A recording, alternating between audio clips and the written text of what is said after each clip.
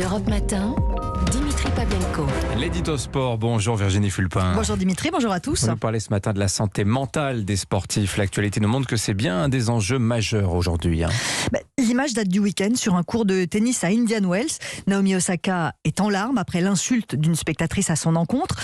La joueuse a pris le micro en fin de match pour expliquer qu'elle en avait entendu d'autres dans sa carrière, mais que là, elle avait craqué, parce que ça peut arriver. On sait que Naomi Osaka est fragile psychologiquement.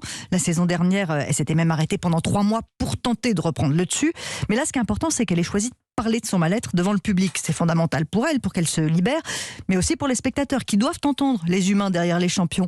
Et là, je pense aussi à Neymar et Lionel Messi. On a beaucoup parlé de ces colibés, de personnes là, ces dernières 48 heures.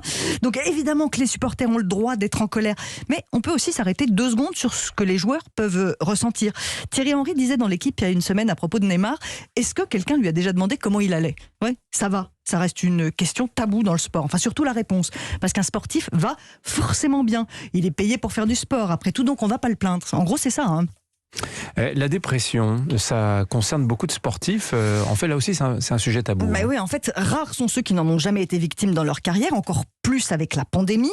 Les sportifs se consacrent souvent uniquement à leur sport, et ce depuis leur plus jeune âge.